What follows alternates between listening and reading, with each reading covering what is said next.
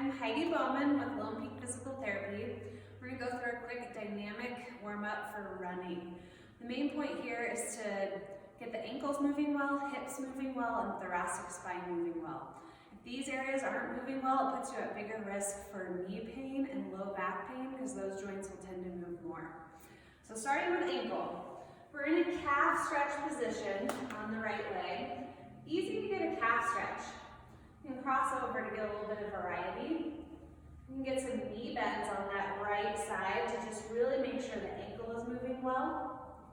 And then lastly, getting a high left knee and rotating. This is a big dynamic warm-up so that calf is moving well in all directions.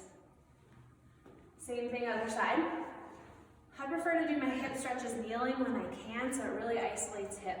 A good hint here is to tuck the tailbone under, posterior pelvic tilt, so you really feel that stretch quickly without using your low back at all.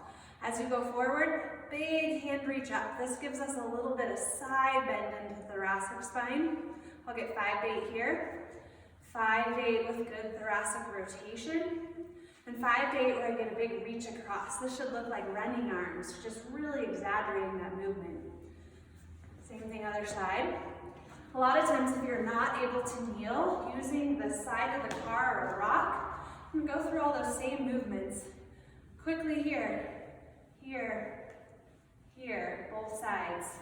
To end with that, just working on a big walking lunge. Put all those pieces together, getting the body ready to move side to side. That's a quick and easy way to just be ready to run.